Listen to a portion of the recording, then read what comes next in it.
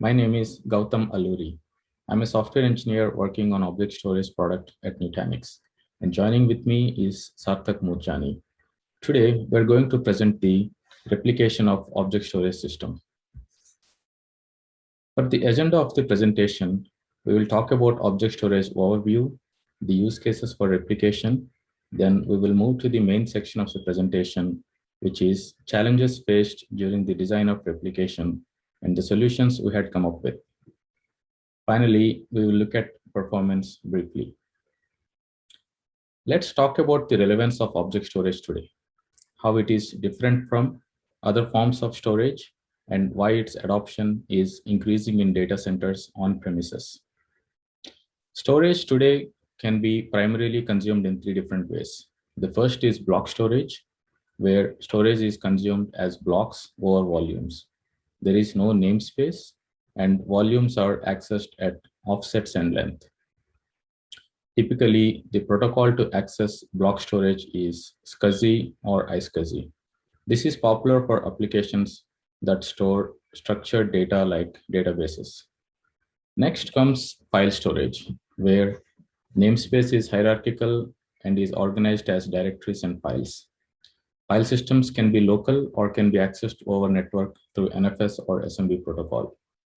File systems are typically used for structured and semi-structured data. And lastly, the object storage, which is relatively new but is becoming quite popular. It has flat namespace of buckets, and buckets contain objects. It is used for semi-structured and unstructured data. The access protocol for object storage is HTTP REST APIs. S3 API, which is developed by AWS, is quite popular and has sort of become a de facto standard for object storages. Some of the rich features that S3 provides are object versioning, which allows to keep multiple variants of an object in the same bucket. Multi-part uploads, which allow upload of large objects in the form of parts. Next is object tags to associate with objects that the server can understand and act on. Rich user metadata to associate with objects. And other features like worm and legal hold, which offer new ways to secure data.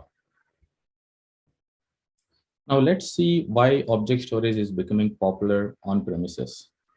First of all, enterprise applications are increasingly supporting consumption of object storage natively.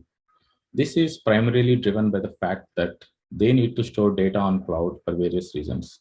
In doing so, they are able to provide better semantics and experience by consuming the rich feature set of object stores. For security reasons, if you don't want to store data on the cloud, but still want to have the goodness of object stores, then an on-premises object store is useful. Next, cloud-native apps, which are primarily designed around cloud services, are increasingly being run on premises. This is mainly being driven by the advent of private and hybrid cloud consumption models and serverless computing trends like Docker and Kubernetes.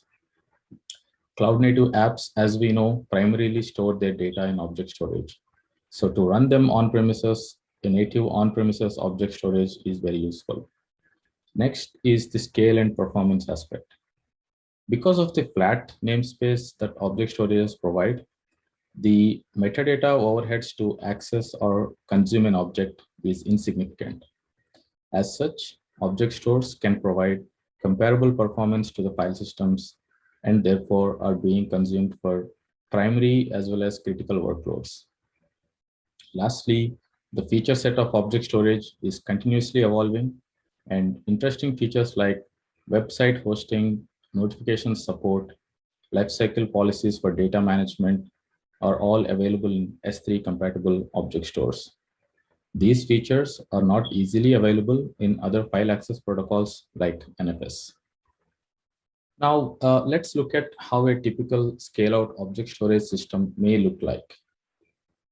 To the left, there are S3 clients that issue S3 REST API requests. After that, there are load balancers, which connect client-facing network to the storage-facing network. After that, there is the actual scale out distributed object storage service that provides the core functionality for bucket and object operations. To the right, there is virtual storage subsystem that provides raw storage to the object storage layer. Storage is consumed in form of virtual disks, which may provide capabilities like redundancy, availability, and scalability. As visualized in this picture, each of these verticals are independently scalable depending on the needs of the system. Client requests can land on any load balancer, and load balancers can forward them to any of the object store servers, essentially making this a shared nothing architecture. Within the object storage service, there are multiple important components. Some of the main components are shown here. Each of these components are individually scalable as well. The first component is object controller service, which serves the IO path. It receives the actual HTTP S3 requests, translates the S3 language to internal language, and orchestrates the operations needed to store the data and metadata. The next component is metadata service, which is responsible for partitioning and management of object store metadata. The metadata is stored in the form of tables or maps in a distributed key value store. The third component is a background service that takes care of storage lifecycle management and garbage collection. It also takes care of several background tasks needed to maintain cluster health. With that brief overview of the object store systems, let us move on to the main topic, that is replication of the object storage. First, let's take a look at some of the use cases where replication is desired. The first and the most popular use case for replication is to address disaster recovery and achieve business continuity. Typically, data is replicated to one or more secondary sites. These secondary sites act as standby to allow failover of the application to the replicated copy of the data. An example could be a backup application that consumes object storage as a target and may need to protect the backups in a secondary data center. The next use case could be around data compliance. Data compliance requirements in certain industries mandate that additional backup copies of data must be stored in geographically different locations. An example of such data could be legal documents or health records maintained by hospitals. The third use case can be around providing low latency access to data across geolocations. For example, organizations that do data analytics or AI ML type of workloads may want to access data across geographically distributed locations.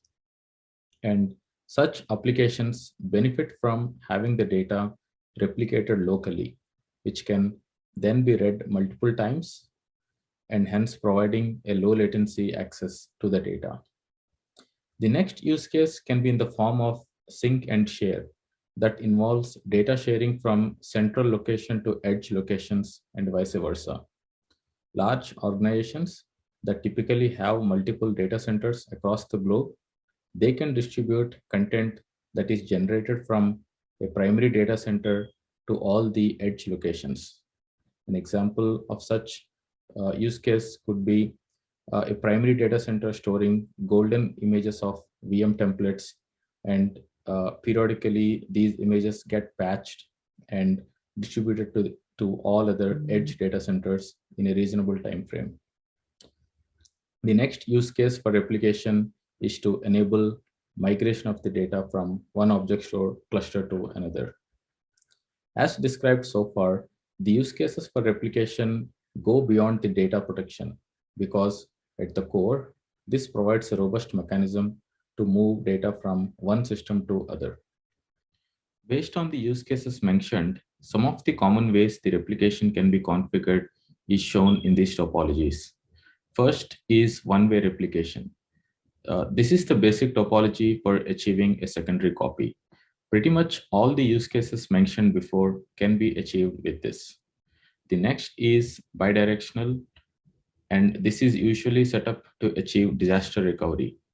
In this, both source and target form a pair and work together to achieve the application's failover and failback semantics. Next is one-to-many that achieves multiple secondary copies. In this topology, the source itself replicates to multiple targets.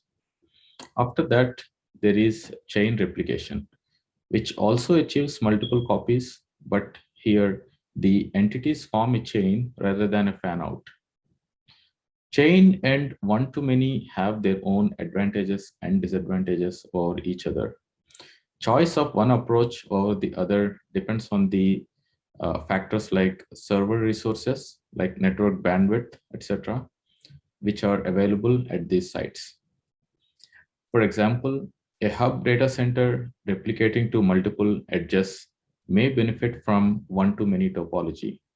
On the other hand, an edge location sending to two different hubs may benefit from a chain because edge site may not have had enough resources. Now, let us dive deep into the architecture by looking at some of the design challenges and solutions.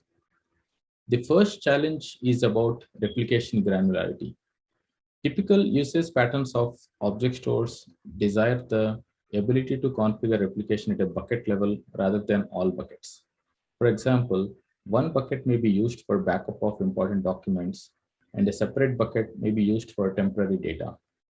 And in this case, we may want to replicate only the backup bucket rather than both. In some other cases, replication may further be desired at a sub-bucket level, where only a subset of objects in the bucket are configured for replication. For example, objects matching a name prefix or objects matching a tag. The next design challenge comes from the nature of objects themselves. An object is more than data. It has system metadata, user level metadata, user tags, and other properties like expiration and retention, etc. An object may receive changes for all these dimensions during its lifetime beyond the initial put of the data. For example, requests to edit object tags or object retention are all valid requests for an existing object. Such updates would ideally have to be replicated without actually transferring the entire object data in order to achieve efficiency. The next set of challenges come from object sizes and the way object uploads happen. Object sizes can vary from 0 bytes to terabytes and maybe higher. Because of the varying sizes, object uploads that start later in time may finish before. From this picture, the upload of object 3 has started later than object 1 and object 2, but it has finished before due to its smaller size. The other notable things to know about object uploads are an object is considered to be committed only after it is written in full, which means incomplete uploads may lead to wasted data transfers. Also, objects do not support in-place or partial overwrites, which means if an object is overwritten, it is overwritten in full. So in order to replicate data in a non-synchronous way, the server has to determine two things. One, when to initiate a transfer, and two, what to transfer. From this diagram, if we look at two different points in time and decide to replicate changes at regular intervals, this needs knowledge about which objects have finished uploads and which objects are still pending. And if objects are still pending upload, whether to replicate those partial objects to target or not, because those uploads may never finish on the source due to client errors. Looking at these factors of granularity, nature of updates, object sizes, and ordering, we have come to a conclusion that it is better to replicate the changes of an object independently. This idea formed the basis for change tracking. Now let's look at change tracking, which is essential for any replication design. The change tracking here, as stated, would have to track changes at individual objects. These changes could be for object data or metadata, tags, or any other property. So we have decided to use a key value map to capture the object level changes. Let's call this the replication map. So each object that receives a change would essentially create an entry in this map. The map entry lives as long as the replication for that change is pending. The advantages of having a map to capture changes is that the size of the map is proportional to the pending replications. And if there are multiple updates to an object, those updates can be absorbed or tracked within the same map entry. Now, let's see how the near synchronous nature of replication is achieved. Looking at a sequence of operations, first of all, the client makes a put request to the server, and the object data is written onto the storage locally, and then the intent to replicate is recorded in the metadata map. After that, the client is acknowledged, and then in the background, the replication starts asynchronously. After the replication is done, the metadata entry in the replication map is deleted, essentially marking the replication as complete. This way, object level changes across multiple objects are replicated independently and parallelly. So with the near synchronous nature of transferring changes, let us look at the consistency model that can be achieved. Replication of objects may not complete in the same time order in which they were written on the source. That is because the transfer time again depends on the size of the object and other factors such as network latency, throughput, and if there are any transfer errors. This is true for object versions as well, where a later version of the object may appear before an older version. However, all the objects and version are eventually replicated. This can be illustrated from the picture shown. At time t1, object 1 upload is complete, while object 4's upload is pending. However, at time t2, object 4's replication has already completed, while object 1's replication is still pending. So this is the out of order replications that can happen, but eventually all the replications finish. This is the eventual consistency model that is achieved through this approach. The next design challenge is about how to measure the progress of replication. In a near synchronous or a non-synchronous replicated system, it is desirable to know how far a target is lagging behind the source. In other words, how much delta is pending on the source that is yet to be replicated. This is useful to know during disaster recovery scenarios in order to determine the amount of data loss. And this is usually measured in time called RPO. In our system, this can be solved by computing a point in time called last good replication point. This is a point in time up to which all the objects written to the source are known to be replicated to the target. This can be determined by looking at all pending replication entries found in the metadata map. Then we find an entry with the lowest creation time. That lowest creation time essentially is the last good replication point. When there are no pending replications, this can be treated as up to date or the current time. The last replication point can be periodically computed as well through a background process that periodically scans the replication map. The next design challenge is about how to handle racing updates to an object. An object may receive updates while the previous replication is pending.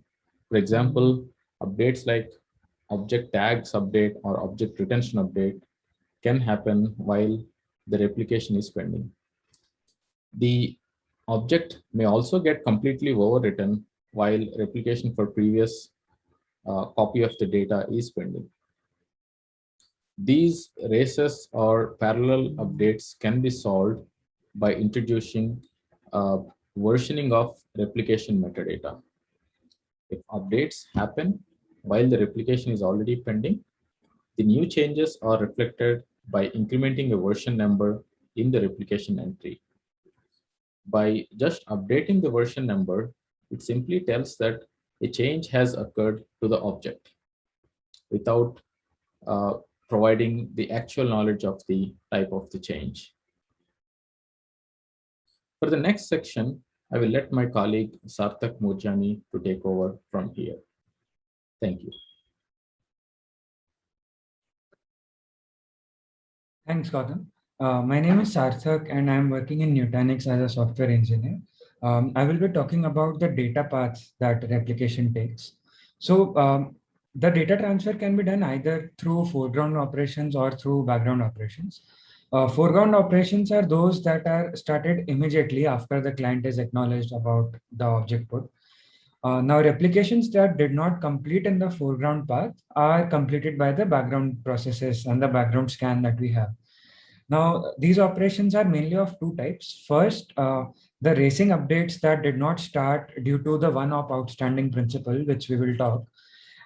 And the other cases when replications failed in the forward path due to transfer errors. So the background process periodically scans the replication metadata map and issues replication for any of the pending operations that is there. So let us now see what the one-op outstanding principle is. This is an interesting challenge involved with object transfer. So in a distributed system, it is possible that we have multiple controllers. So they can receive racing requests for the same object, and they may issue parallel replications for the same object. So due to the eventual consistency nature that we have, this can result in out of order operations on the target, leading to inconsistency. So let us take an example here.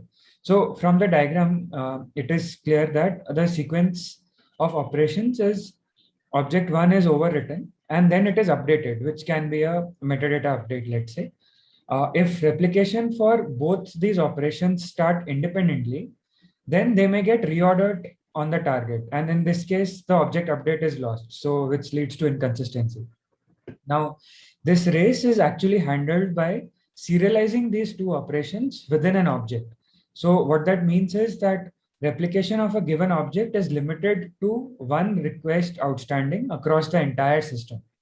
And this is again achieved with the help of version number in the replication metadata. So we bump the version number if we get a racing update.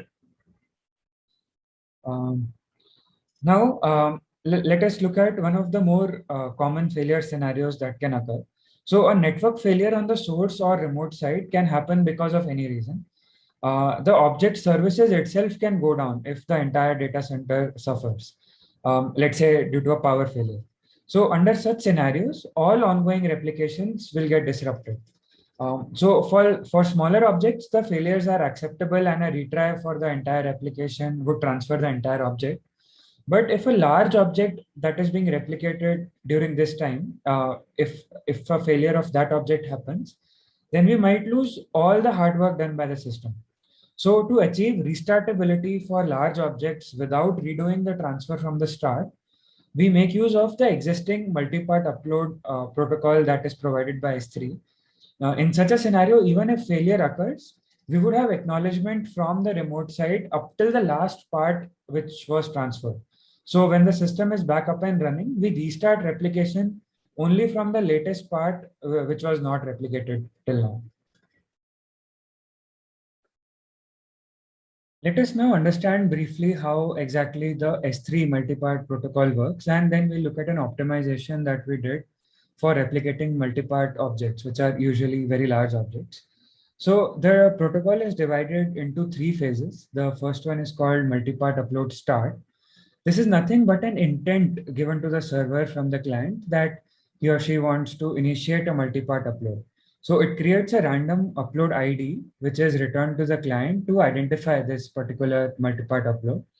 Following this, the client issues an upload part request in which the part number and the part is provided, and then you can upload the part.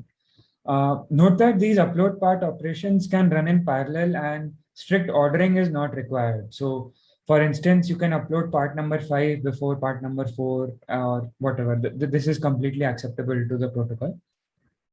And as a part of the response, the entity tag is returned. The finalize operation, which is the third operation, is again just a metadata operation, which again is an intent given to the server from the client that all parts have been uploaded successfully and now you can finalize the object. So the client has to provide all the entity tags which he received as a part of the upload part requests for some sanity checks which need to be performed. So this is basically the multi-part upload protocol. And now let us see how the replication worked with this. As you can observe here from the diagram, the object gets finalized on the source only at step 3, and which means the upload start request to the remote was sent after step 3 was completed on the source. So as we can clearly see that there are some caveats and challenges here. So replication of these objects gave a very high latency sometimes. For instance, let us consider replication of a large object, let's say a 1 terabyte object. Now, a 1 terabyte object can take up to 10, 12 hours, even sometimes more, to get uploaded on the source. Now, it will take another 10, 12 hours to get replicated on the remote side. So the near sync nature of the replication is kind of compromised here. So to improve this, we came up with an approach to stream the multi-part actions as and when they come on the source. So let us now see what we mean by streaming the multi-part actions and how it serves as an optimization to us.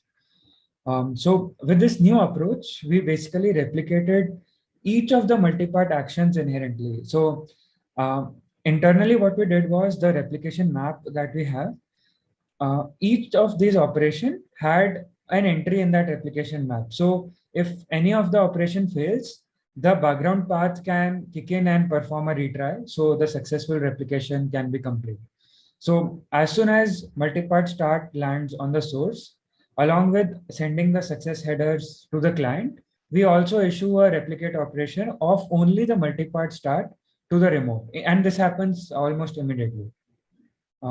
Similarly, when upload part lands on the source, when the part upload is complete, we send the success headers to the client and we perform replication of the parts. So note that due to the distributed nature of this whole transaction and because of the one-off outstanding principle, it is very much possible that the parts are replicated in an order which is different to that of them being uploaded on the source. So for instance, if on the source parts are uploaded as 1, 2, 3, and 4, it is very much possible that on the remote side, they went through as 2, 1, 3, 4. And as stated earlier, this is completely acceptable to the multi-part upload protocol. So this is fine to us as well. Similarly, when finalize lands on the source, we immediately replicate this operation as well to the remote side. So this is how the new optimized version works. Let us now see a few of the challenges that are involved in the optimized approach of multi-part replication. So since the whole thing is a distributed system, this would mean that any of the object controllers can issue any operation out of order. So to satisfy the needs of the multi-part upload protocol, we added checks to start replicating parts only when the upload start has been successfully replicated. Similarly, issue the finalize on the remote only when all the parts have been replicated, because it is also possible that a finalize can land on the remote before all the parts have completed their replication. So This was primarily done because finalize is merely a metadata operation, whereas part transfer is an expensive operation. And of course, it's worth mentioning that this was done just as an optimization to avoid the failure, because even if the finalize fails because the parts are not yet replicated, we still have a replication map which holds the entry for this finalize operation. And when the background scan runs, it would eventually have led to the successful replication of even the finalize operation. Now, finally, let us look at a few performance numbers that we observed before and after multi-part replication. So first of all, let us talk about objects, which are small objects which don't even need multi-part replication. These got replicated almost instantaneously as we issue the replication as soon as it's complete on the source. For the larger objects, after the implementation of the mentioned protocol, we did many performance tests. Now, the object stores were located in the same data center, and no other IO workload was running on either of the object stores except for replication. Now, a 5 GB object, which earlier took about 5 minutes, was now available on the destination almost instantaneously as soon as the finalize was issued on the source. The interesting thing is to notice the performance improvement for very large objects, which are mostly use cases for backup workloads like terabytes of objects, let's say a very large VM. So a 1 TB object, which took a little more than a day to replicate earlier, was now completed in 5 hours.